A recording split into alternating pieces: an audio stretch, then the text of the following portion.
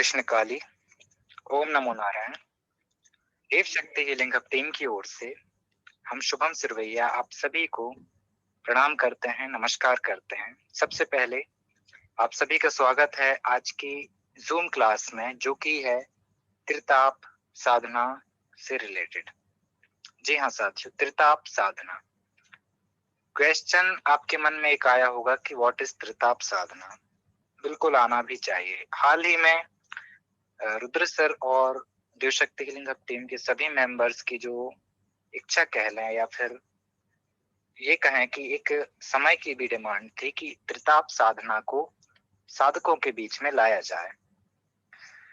त्रिताप 3 प्रकार का ताप है। ताप तो आप समझ ही गए होंगे, टेम्परेचर, जिसे हम गर्मी भी कहते हैं। 3 प्रकार का यह ताप है, दैविक, दैहिक और भौतिक। इसके बारे में सर ही हमें गाइड करेंगे, वो बहुत अच्छे से करेंगे।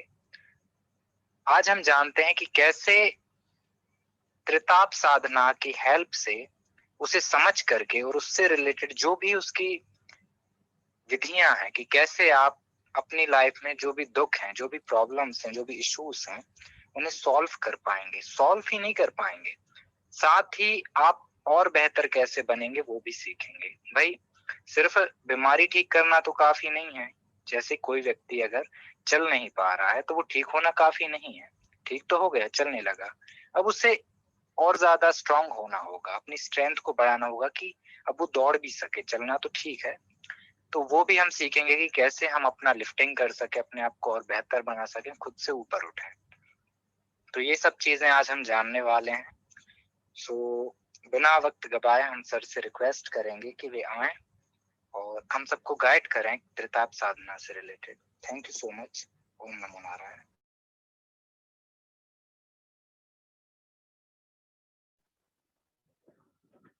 आत्म नमस्ते आप सभी को। देव शक्ति हीलिंग हब से हम रुद्रावि सिंह आप सबों का आज के सेशन में स्वागत करते हैं, अभिनंदन करते हैं। साधक मित्रों, आज हम लोग जो हमारा हाल फिलहाल में काल तंत्र के ग्रुप जो बनाए गए थे, उसी के आधार पर हम डेली बाय डेली अलग अलग टॉपिक के ऊपर हम बात करने के लिए यहाँ पर एक साथ एकत्रित हुए हैं। तो बहुत लोगों के मन में एक प्रश्न था कि आखिर में हम लोग जो परेशान होते हैं, हम लोग जो बीमार पड़ते हैं, या फिर हमें जो तकलीफें होती है या हमें जो दुख होता है वो क्यों होता है, उसके पीछे का वजह क्या है। तो साधक मित्रों, संसार में जो दुख का कारण है, समस्त संसार में जो दुख का कारण है वो है ताप। जी हाँ, ताप अर्थात गर्मी। हमारे साथ 3 ऐसी गर्मी होती है, ऐसे 3 ताप होते हैं हमारे साथ, जिसके वजह से ही हम संसार में दुखी होते हैं, जिसको कि त्रिताप कहा जाता है। और त्रिताप का एक स्लोगन है, दैहिक दैविक भौतिक तापा, राम राज नहीं काहू व्यापा। जी हाँ, दैहिक दैविक भौतिक तापा, राम राज नहीं काहू व्यापा। तात्पर्य क्या है कि संसार में 3 ऐसे ताप, जो एक अधिदैहिक है, जो हमारे आध्यात्मिक से जुड़ी हुई कड़ी है, एक अधिदैविक है जो दैविक से जुड़ा हुआ है, और एक है अधिभौतिक अर्थात हमारे भौतिक से वो जुड़ा हुआ है। 3 प्रकार के कष्ट। आध्यात्मिक कष्ट जो हमारा दैहिक कष्ट है, वो हमारे शरीर में विभिन्न प्रकार के कारकों की वजह से हम समस्या में आते हैं, हम ग्रसित होते हैं। जैसे कि लॉन्ग टर्म से डिजीज से परेशान हो, या फिर कोई डिजीज या कोई ऐसे बीमारी जो हमें लगातार परेशान करती रहती है। दूसरा है अधिदैविक, जो देव से जुड़ा हुआ है, यानी कि दैविक शक्तियों से जुड़ा हुआ है। जैसे कि अकस्मात कोई घटना आपके साथ घट जाना, नेचुरल डिजास्टर से हुए प्रॉब्लम इत्यादि। और एक है आपका अधिभौतिक, जो कि मान लीजिए कि अगर आप रास्ते में चल रहे हैं और अचानक किसी ने अपने पैर डाल दिया, आपके काम में उंगली कर देना जिसे हम कहते हैं, वो है आपका भौतिक। तो हमारे दुखों का जो वजह होता है, ये 3 ताप ही होता है। तो गोस्वामी तुलसीदास जी लिखते हैं कि दैहिक दैविक भौतिक तापा, राम राज नहीं काहू व्यापा। तात्पर्य कहते हैं कि यदि ये 3 ताप से यदि व्यक्ति पीड़ित हो तो वो राम राज्य के तरह वो सुख को नहीं भोग पाएंगे, वो आनंदित नहीं रह पाएंगे, वो किसी न किसी वजह से, कोई न कोई वजह से वो परेशान रहेंगे और वो पीड़ित रहेंगे, वो अपने आप को उससे नहीं उबार पाएंगे। अब बात है कि 3 ताप के बारे में हम सभी ने जान लिया, तो इसका कुछ वजह भी होगा, क्योंकि अगर कष्ट है तो कष्ट का निराकरण भी जरूरी है, अगर दुख है तो उसके पीछे सुख भी है, क्योंकि संतुलन पर ये पूरी दुनिया टिकी हुई है। संतुलन पूरी दुनिया टिकी हुई है, तो फिर अगर त्रिताप हैं तो इसका निवारण भी तो कुछ न कुछ तो होगा। जी हाँ साधक मित्रों, जो प्राचीन काल में जो ऋषियों, महर्षियों, मनीषियों ने त्रिताप से बचने का एकमात्र साधन उन्होंने बताया, वो है भगवान नाम जप। अब ये भगवान नाम जप क्या? कहते हैं कि भगवान नाम जप एक अमोघ साधन है संसार रूपी भव सागर से पार करने हेतु। तो ताप से बचने का एकमात्र उपाय है मंत्र साधना। ये मंत्र क्या है दोस्तों? मंत्र को लेकर के कई लोगों के मन में तरह तरह के विचार आते हैं। हमारी कुछ लोगों से ऐसी भी बात हुई है जो कहते हैं कि सर क्या मंत्र काम करता है, मंत्र वर्क करती है? कुछ लोग तंत्र को नाम सुन करके डर जाते हैं कि तंत्र अर्थात बुरा, तंत्र अर्थात विनाश। तो ये सारे धारणाएं हमने और आपने बनाया, ये सारी धारणाएं हम इंसानों ने निर्मित किया, लेकिन इसके पीछे का वजह और इसके पीछे का सार कुछ और है, जिससे कि हम लोग अनभिज्ञ होते हैं, यदि कह सकते हैं जानते हैं पर मानते नहीं हैं, जानबूझकर अनजान बनने की कोशिश करते हैं। क्योंकि कहीं ना कहीं हमारे दैनिक जीवन में, हमारे भौतिक जीवन में एक एक चीज जुड़ा हुआ है। यदि बोले मंत्र, यदि बोले भगवान नाम जप, तो वो भी आप करते आए हैं, लेकिन आप उसे स्वीकार करने से मुख मोड़ लेंगे। ये भगवान नाम जप अमोघ साधन क्यों? गोस्वामी तुलसीदास जी ने रामचरितमानस में यह भी लिखा था कि कलयुग केवल नाम आधारा, जो सुमरी सुमरी मन उतरे ही पावा। अर्थात अगर इंसान को यदि अपने आप को मोक्ष के दरवाजे पर ले जाना है तो उसके लिए उन्हें क्या करनी होगी कि राम नाम की घूंट पीनी पड़ेगी, राम नाम का प्याला पीना पड़ेगा। यहाँ केवल राम के नाम से नहीं, यहाँ पर नाम है, यहाँ है भगवान नाम जप अर्थात मंत्र। ये मंत्र क्या है? मंत्र को सही मायने में यदि समझे तो मना नाथ त्रायते इति मंत्र, जो मंत्र के रियली मायने में जो इसके शाब्दिक अर्थ है, मना नाथ त्रायते इति मंत्र, अर्थात जो शब्दों का समूह, शब्दों का वो समूह जिसके मनन मात्र से हमें शांति मिले, हमें सुख मिले, हमारे कष्टों का निराकरण हो, वही शब्दों का समूह मंत्र होता है।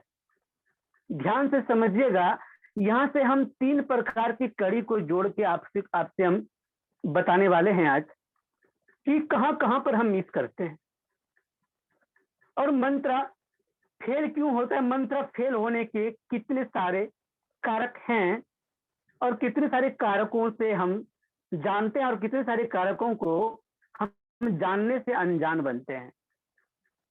तो जहां पर हम मंत्र की बात कर रहे हैं तो पहले बताया कि मंत्रों का वह समूह जिसके मनन मात्र से हमें शांति मिले, हमें सुख मिले, अर्थात जिस शब्दों के समूह के मनन से हमारे मन को नाथ दे, हमारे मन को मार दे और हमारे चित्त को एकाग्र कर दे, अर्थात अंतर्मुखी बना दे। क्या होता है जब आप मंत्र चैंटिंग करते हो तो आपके जो मन के जो जितने सारे पहलू हैं वो एक जगह पर एकत्रित हो जाता है। फिर भी आपका मन का कोई एक भाग जो आपके नियंत्रण में नहीं होता और आपके मंत्र का एक भाग आपके माला पर चला जाता है, तो बताइए जब आपके मंत्र के 2-3 भाग इधर उधर यदि डाइवर्ट हो जाएंगे तो क्या आपको संपूर्ण रूप से लाभ मिल पाएगा? नहीं मिल पाएगा। हम मिस कहां करते हैं, हम गलती कहां करते हैं, उसके ऊपर चर्चा करेंगे। तो हमने बताया कि मंत्र का कॉन्सेप्ट क्लियर हो गया होगा कि शब्दों का वो समूह जिसके मनन मात्र से, ध्यान दीजिएगा दोस्तों, यहाँ पर जो शब्द आपको बता रहे हैं यह एक शाब्दिक अर्थ है, लेकिन इसके शाब्दिक अर्थ में कहीं भी यह जिक्र नहीं है कि हमें संख्या पुरानी है या हमें मंत्र के लाभ के लिए हमें सिद्धियां ही चाहिए। क्लियर? कुछ लोगों का मानना यह है कि अगर हमने मंत्र का कोई जप करने के लिए उठाया तो हमें उसमें संपूर्ण रूप से सिद्धि प्राप्त करनी ही होगी, या फिर हमें केवल संख्या पुरानी है। गायत्री मंत्र के लिए एक स्लोगन और भी कहा गया है, गायंतम त्रायते इति गायत्री, यानी कि जो भक्तजन गायत्री मंत्र का गायन करते हैं वह स्वयं गायत्री हो जाता है। तो मंत्रों का चैंट करने का जो तात्पर्य है वह केवल संख्या पुराने का नहीं, या फिर उससे जल्दबाजी में जपने का नहीं। अगर आप ऐसे गलती यदि कर रहे हैं तो आप बहुत बड़ा गलती कर रहे हैं। आप जो भी कर्म कर रहे हो उस कर्म में आपको प्रॉपर तरीके से सफलता आपको नहीं मिलेगी। क्यों? तो कुछ कारक अभी हम आपके पास बताने वाले हैं आपके साथ कि कौन कौन से कारक की वजह से हमारा मंत्र फेल करता है। पहला कारक है ह्यूमन माइंड चैटर, अर्थात हमारा मस्तिष्क, हमारा जो कॉन्शियस ब्रेन है, हमारा जो चेतन मन है वो स्वीकार नहीं करता। यदि हम कहें कि आप भगवान शिव की पंचाक्षरी मंत्र का अनुष्ठान करो, आपका कल्याण होगा, तो आपका माइंड क्या कहेगा कि पंचाक्षरी मंत्र तो हम सदियों से करते आ रहे हैं, वर्षों से करते आ रहे हैं, कहाँ कुछ फायदा हुआ है। तुरंत मन में संशय जन्म ले लेता है। तो वजह क्या होती है कि आप चाहते हुए भी आपकी पूर्ण श्रद्धा मंत्र पर नहीं आ पाएगी। दूसरा कारक क्या होता है, ह्यूमन माइंड चैटर के बाद जो हमारा एकाग्र का जो एकाग्रचित होना, हमारा जो मूल कारण है कि मान लीजिए कि हम अगर मंत्र का अनुष्ठान करने बैठे, अगर हम अनुष्ठान करने के लिए बैठे तो पहला तो कारण होगा कि हमारा माइंड एक्सेप्ट कर रहा है या नहीं, और फिर हम कर रहे हैं अथवा नहीं।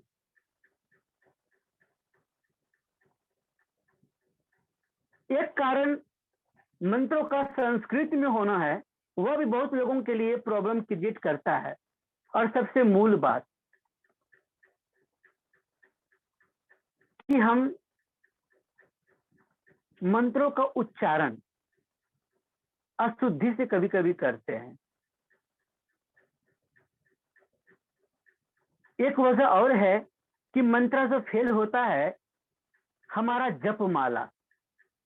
जपमाला करने का तरीका भी हमारा अलग होता है। तो ऐसे 5 से 6 ऐसे मूल कारक हैं जिन कारकों की वजह से हमारा मंत्र फेल करता है।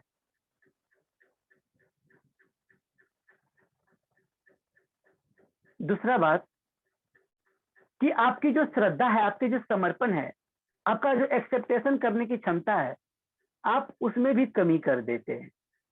आप स्वीकार नहीं पाते कि हम कर क्या रहे हैं।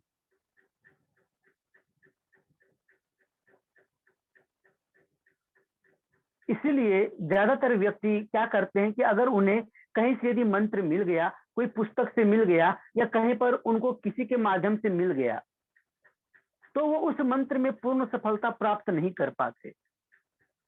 और अगर जिन्होंने गुरु मंत्र लिया, गुरु मंत्र 100% सफल क्यों है, इसके पीछे का हम वजह बताते हैं आपको, आपका क्लियर हो जाएगा। पहला वजह यह है कि जिस भी गुरु से हम मंत्र दीक्षा लेते हैं तो सबसे पहले हमें उन पर पूरा भरोसा होता है, तभी हम उनसे मंत्र लेते हैं। तो पहला तो हमारा ह्यूमन माइंड चैटर तो यहाँ पर खत्म हो गया, उसके ऊपर हमने ओवरलैप कर लिया। क्लियर? देन दूसरा बात क्या आता है कि उच्चारण जो हम कर रहे हैं, जो संस्कृत में होने का वजह है, या फिर जो हमारा प्रॉब्लम होती है हम शुद्ध उच्चारण कर पाते या नहीं, तो आपका उच्चारण भी वो शुद्ध करवा देते हैं। तीसरा बात कि गुरु जी जो क्या करते हैं, वो आपके अंदर आपके माइंड को उस मंत्र साधना के प्रति इतना आपको प्रोग्राम कर चुके होते हैं कि आपका माइंड या आपका हृदय चाह करके भी उसे इग्नोर नहीं कर पाता। और जप माला आपको कैसे करने हैं, किस विधि से करने हैं, वो आप प्रॉपर तरीके से करते हो। गुरु मंत्र की विफलता एक ही वजह से होती है कि गुरु के ऊपर आपका अगर श्रद्धा भाव कम हुआ, अगर गुरु के ऊपर आपकी विचारधारा यदि कम हुई, अगर उनके ऊपर समर्पण आपका कम हुआ, आपके मन में अगर गुरु के प्रति हल्का सा भी संशय आ गया, तो आप दरिद्र हो जाएंगे, आपको दरिद्रता घेर लेती है। जीता जागता उदाहरण है नरेंद्र और रामकृष्ण परमहंस जी की स्टोरी। आप सभी लोग जानते होंगे, उससे बताने का वजह नहीं है। रामकृष्ण परमहंस जी के संकेतानुसार नरेंद्र अर्थात स्वामी विवेकानंद को आभास हो चुका था, लेकिन फिर भी उन्होंने गुरु का तिरस्कार करके, उन्हें इग्नोर करके वो चले गए। लेकिन स्पर्श दीक्षा उनका हो चुका था, तो उनके बाद विवेकानंद अर्थात नरेंद्र का मन लगा ही नहीं। वो कहता था ना तो हम हंस पा रहे हैं, ना हम रो पा रहे हैं, ना हमें कुछ कर्म करने में आनंद आ रहे हैं। तो अंततः उन्हें पुनः विवेकानंद जी को, नरेंद्र को रामकृष्ण परमहंस जी के पास आना पड़ा है, तभी वो एक सफल साधक बन पाए थे। हमारा जो मंत्र जप करने की जो विधि होती है, हमारा जो तरीका होता है, हम उसमें कहीं ना कहीं कोई ना कोई गलती कर बैठते हैं। पहले बात तो हम स्वीकार नहीं कर पाते, दूसरा बात तो हम गलत चैंट करते हैं, या फिर चैंट करने का हमें सही तरीका सही रियल मायने में हमें सही तरीका पता नहीं होता कि हम कैसे चैंटिंग करें। अगर एक मंत्र की यदि आप चैंटिंग करते हैं तो उसको 3 तरीके से आप चैंटिंग कर सकते हो। पहला तो आप तेजी से बोल रहे हैं, दूसरा आप स्लो मोशन में बोल रहे हैं, और तीसरा क्या हो जाएगा आपका, आप उसको गायन कर रहे हैं। तो आखिर में मंत्र चैंटिंग रिलेटेड किससे है, तो वो है आपके साउंड टेक्निक से, साउंड थेरेपी। आप सभी लोग जानते होंगे कि म्यूजिक हमारे बॉडी से, हमारे ह्यूमन ब्रेन से इंटरेक्ट करता है। तो जो मंत्रों का ध्वनि होता है, वो मंत्रों की ध्वनि से हमारे ऊपर क्या प्रभाव उसका पड़ता है, क्या उसका दुष्प्रभाव पड़ता है, ये आपके करने के ऊपर निर्भर करेगा।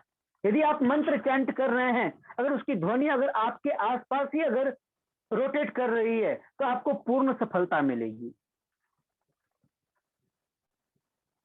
जनरली जरा सोचिए, जो यूनिवर्सल मंत्र है ओमकार, ओमकार को आप चैंटिंग करते हैं, ज्यादातर मात्रा में आप उपांशु करते हैं या वाचिक आप ओम की चैंटिंग करते हैं। तो ओम की चैंटिंग करते समय क्या होता है कि आपके मुखारबिंद से भंवर की गुंजन उत्पन्न होती है, भंवरे की गुंजन उत्पन्न होती है, और वो गुंजन, वो नाद कहीं और नहीं, वो आपके आसपास ही घूमते रहता है, और उसके नाद से ही आपको रिजल्ट मिलता है। चलिए आइए अब हम बात करते हैं तंत्र के ऊपर। हमारे समाज में तंत्र को लेकर के बहुत सारी धारणाएं लोगों ने मन में बना करके रखी है। पहली बात तो लोग सोचते हैं तंत्र का मतलब बुरा, विनाश, नाश। इवन लोग सत्कर्म को ही तंत्र मान लेते हैं। ज्यादातर लोगों की धारणा यही है कि जो लोग तंत्र करके हमें प्रभावित करते हैं या हमें कष्ट में देते हैं, वही तंत्र है। रियल मायने में वो तंत्र नहीं, तंत्र कोई साधना नहीं, तंत्र कोई ज्ञान नहीं, तंत्र एक विज्ञान है, तंत्र एक प्रोसेस है। अगर आप अग्नि में घी डाल रहे हैं, यदि आप अग्नि में घी डाल रहे हैं, तो अग्नि जलाने और घी डालने की प्रक्रिया तंत्र नहीं। जो घी को डालने से अग्नि में जो जला वो घी, और उससे जो ऑक्सीजन उत्पन्न हुआ, जो उसका रिजल्टेंट मिला, जो ऑक्सीजन उत्पन्न हुआ, वह तंत्र है। जिस प्रकार से मंत्र का स्लोगन था मननाथ त्रायते इति मंत्र, ठीक उसी प्रकार तंत्र का भी शाब्दिक अर्थ यही है, तनोति त्रायति इति तंत्र। अर्थात तन का मतलब होता है फैलाव, विस्तार होना। किसका विस्तार होना, किसका फैलाव होना? तो वो आपके तन का फैलाव होना। दोस्तों, यदि हम अपने स्केलेटन सिस्टम को हिंदी में देखते हैं तो वो क्या है? तंत्रिका तंत्र। ध्यान दीजिएगा, तंत्र जो है वो आपका बॉडी है। दुनिया का जो सबसे बड़ा यंत्र है वो आपका बॉडी है।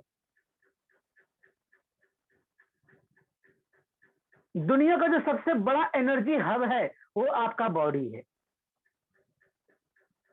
समस्त ब्रह्मांड की जो गूढ़ विद्याएं हैं, जो अनंत शक्तियां हैं, वो भी आपके बॉडी के अंदर ही विराजमान है। लेकिन क्या हम विफल क्यों हैं?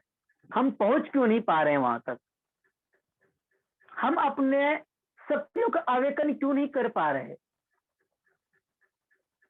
हम सभी लोग जानते हैं कि 72,000 नाड़ियां होती है। क्या कभी हमने कोशिश किया कि कौन कौन से नाड़ी होती है और नाड़ियों का क्या प्रक्रिया, नाड़ियों का क्या गाथा है हमारे बॉडी में? हम केवल जानते हैं कि 72,000 नाड़ियां हैं, लेकिन हम ये नहीं पता कर पाते कि जो प्राण शक्ति है, जो प्राण ऊर्जा है, जिसके वजह से हम जीवित हैं, वो कहीं और नहीं, वो हमारे 72,000 नाड़ियों में ही घूम रहे होते हैं। ठीक उसी प्रकार तंत्र का मतलब ही होता है फैलाव, विस्तार होना। किसका विस्तार होना? तो हमारा विस्तार होना, हमारे शरीर का विस्तार होना।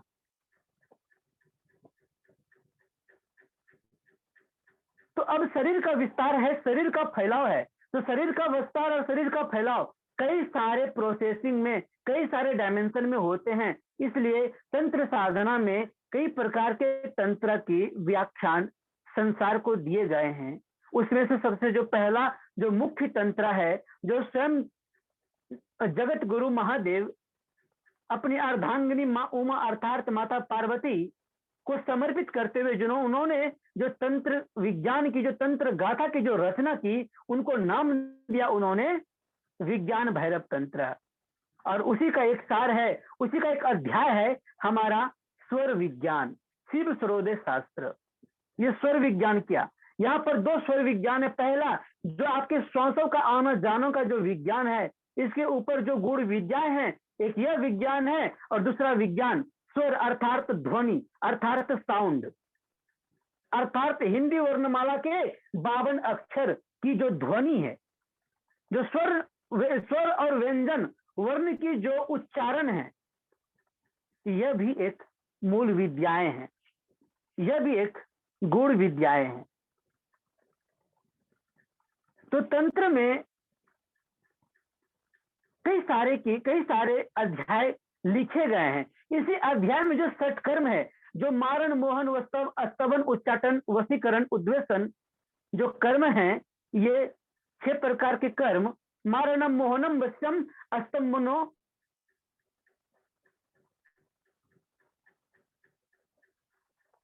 ये जो जितनी सारी प्रक्रिया है, ये प्रक्रिया किसी अदर व्यक्ति पर वार करने के लिए नहीं, अपितु हमारे अंदर, हमारे आसपास, हमारे ऊपर जो निम्न समय पर, अलग अलग समय पर जो अलग अलग प्रकार के दुष्प्रभाव जो अटैक करते रहते हैं, उसके निराकरण के लिए ये सारी विद्याएं दी गई है। षटकर्म। अगर मारना ही है तो अपने अहंकार को मारिए। अगर आपको वशीकरण करनी ही है तो आप अपनी चेतना को वश में रखिए, वो चेतना जो हमेशा आपको गलत रास्ते पर ले जाती है। अगर आपको स्तंभन करनी है, बांधना है, तो आपके काम को बांधिए, आपके क्रोध को बांधिए। लेकिन जनरली अपने स्वार्थ के सिद्ध करने हेतु दुनिया वालों ने लोगों के ऊपर प्रयोग करना शुरू कर दिया, और जिसको नाम दिया कि ये तंत्र कर रहे हैं हम।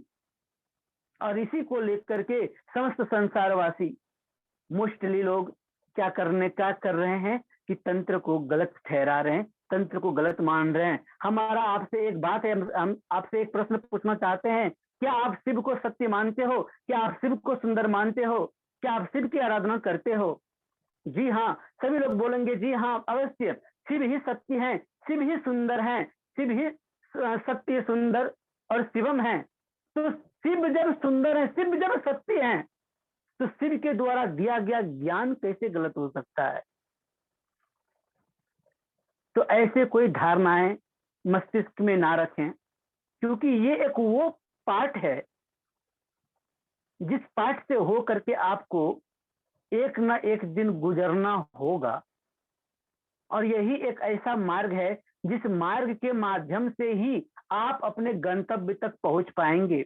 आपकी जो यात्रा है आत्म साक्षात्कार की, आपकी जो यात्रा है मोक्ष तत्व की, आपकी जो यात्रा है शिवत्व तक की, वो केवल तंत्र मार्ग के माध्यम से ही आप वहां तक पहुंच पाएंगे। अदरवाइज आप असफल रहेंगे, आपको सफलता नहीं मिल पाएगी।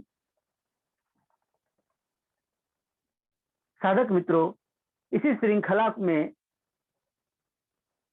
तंत्र की जो मूल बातें हैं, जिसमें जो हमारी योग्यताएं हैं, हमारे मन पर हमारी जीत, हमारे काम क्रोध पर हमारा वश हो, हमारी योग्यताएं बने, हम अपनी शक्तियों को समझ पाए, हम अपनी ऊर्जाओं को एकाकार कर पाए, उसको एक लाइन पर हम पहुंचा पाए, उसके लिए हम क्या करते हैं? साधना मार्ग में अग्रसर होते हैं, जिसमें से हम कुछ भी नहीं, हम अपनी अंदर की ऊर्जाओं की यात्रा करते हैं। जैसे कि कल भी हमने सत्र में बताया था, जो कि 7 मार्ग, जो महामार्ग हमारे वेदों में बताया गया है, मूलाधारादि षट चक्रम शक्तिरदान मोतिरदम कंठादुपरि मूर्धांतम संभव्य स्थान मुच्यते वराह श्रुति। ये 7 मार्ग ही नहीं अपितु 118 मार्ग हैं, जिसके बारे में आपको आने वाले समय में हम कोशिश करेंगे कि 118 मूल विद्याएं के बारे में हम आपको बता पाएं। लेकिन उससे पहले हम 11 प्रकार की जो एनर्जी हब है उसके बारे में हम आपको जानकारी अवश्य देंगे। 7 के बारे में तो आप सभी लोगों को पता है, लेकिन ये 11 जो मूल कारक हैं, ये 11 का क्या स्थिति होती है। तो हमारी यात्रा इन ऊर्जा चक्रों की है। हमारी यात्रा मेटेरियलिस्टिक वर्ल्ड से ऊपर उठ करके संभव प्रदेश की यात्रा है, क्योंकि शक्ति प्रदेश में तो हम हैं ही। संसार में यदि हैं तो हम शक्ति प्रदेश में हैं, और यदि हमें आध्यात्मिक में जाना है तो हमें संभव प्रदेश की ही यात्रा करनी पड़ेगी, जो आपके कंठ से सहस्त्रार तक की यात्रा होगी। तो इसी श्रृंखला को रखते हुए माता टेलिया शक्तिपीठ की ओर से हम रुद्रावि सिंह आप सबों को ढेर सारा प्यार अभिवादन। आज के लिए इतना ही। यदि आप लोगों का आज से जुड़ा, ये त्रिताप से जुड़ा, अगर कोई आपकी क्वेरीज है, आपके प्रश्न हैं, तो आप लोग पूछ सकते हैं। धन्यवाद।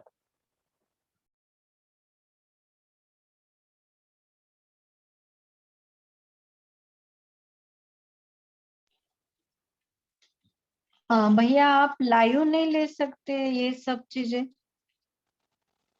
यानी त्राटक वगैरह जो रहता है, तो आप? जी हम समझे नहीं आप क्या कहना चाह रही हैं। ये जो आप मेडिटेशन लेते, समझो कि त्राटक और ये हिप्नोटिज्म, तो ये आप लाइव नहीं ले सकते क्या? अवश्य लाइव लेने की तो हम कोशिश कर ही रहे हैं, क्योंकि सब लोगों का समय अपने अपने अनुसार से अलग अलग डिस्टर्ब हो जाती है, जिसकी वजह से हम कल तो लिए थे। कल तो स्लीप हिप्नोसिस के ऊपर हमारा एक सेशन हो चुका है, जिसमें से कि करीब करीब लोग आए थे और प्रॉपर तरीके से सभी लोग नहीं ज्वाइन कर पाए थे। तो जो नेक्स्ट जो सेशन होने हैं, जो त्राटक का जो मूल पाठ बताया जाएगा, वो आपको जूम पर ही बताई जाएगी। लेकिन जूम पर परफॉर्म करके दिखा पाना मुश्किल है, संभव नहीं है, लेकिन हम आपको तरीका अवश्य बताएंगे कि आप कैसे करेंगे। क्योंकि कैमरा में सब कुछ को ला पाना संभव नहीं है, क्योंकि त्राटक के लिए हमें सबसे पहले तैयारी करनी पड़ेगी। तो हम वहां पर मूल मूल चीजों के ऊपर हम लाइव चर्चा करेंगे।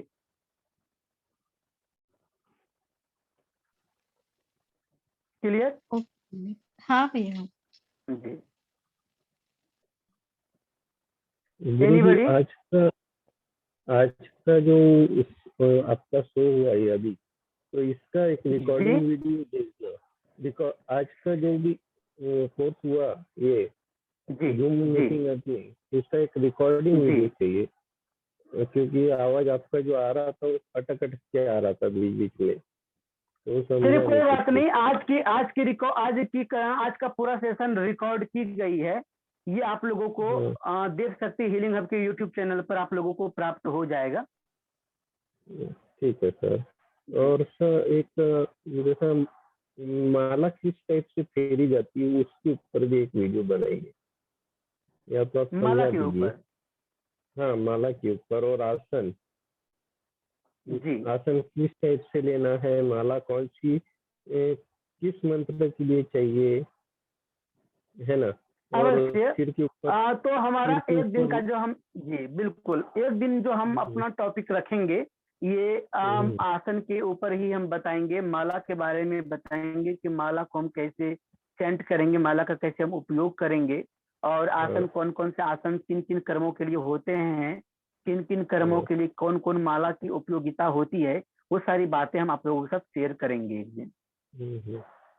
बिल्कुल, जल्दी मंत्र सिद्ध हो जाए। जी जी बिल्कुल। ओके। और एनीबॉडी वीडियो मिल सकता है? कल का भी जी क्षमा कीजिएगा, कल का वीडियो रिकॉर्डिंग नहीं हुई थी, कल थोड़ा सा इशू था, कल रिकॉर्डिंग होने में प्रॉब्लम हो रही थी, जिसकी वजह से कल की रिकॉर्डिंग नहीं हुई है। तो आज आप लोगों को रिकॉर्डिंग आज अवेलेबल करा दी जाएगी। अच्छा, धन्यवाद। धन्यवाद। और जब आप लोगों को रिकॉर्डिंग प्राप्त हो जाए, देव शक्ति हीलिंग हब यूट्यूब चैनल पर, तो आप अपने परिजनों, आप अपने दोस्तों के बीच अवश्य शेयर कीजिए, क्योंकि जो हम जानकारी यहाँ से आप लोगों को देने का प्रयास कर रहे हैं, कोशिश यही रहेगी कि ज्यादा से ज्यादा लोगों तक हम ये मैसेज पहुंचा पाएं और मूल सूत्रों के ऊपर बात की जाएगी। तो आप लोगों से विशेष रिक्वेस्ट है कि आप लोग भी पूरी तरीके से सहयोग प्रदान करें, जिससे जो कि आज जो हम लोग 15 लोग थे, या 15 से और भी ज्यादा लोग आ पाए, तो वहां पर और सारी मूल बातें, मूल चर्चाएं आपके साथ की जाएगी और आपको बताई जाएगी। तो ठीक है, आज के लिए इतना ही रहने देते हैं, क्योंकि समय हमारा रनिंग आउट हो चुका है। तो अब हमें दीजिए इजाजत, तब तक आप लोग हंसते रहिए, मुस्कुराते रहिए, गदगदाते रहिए। ओम नमो नारायण, नमस्ते चंडिकाय।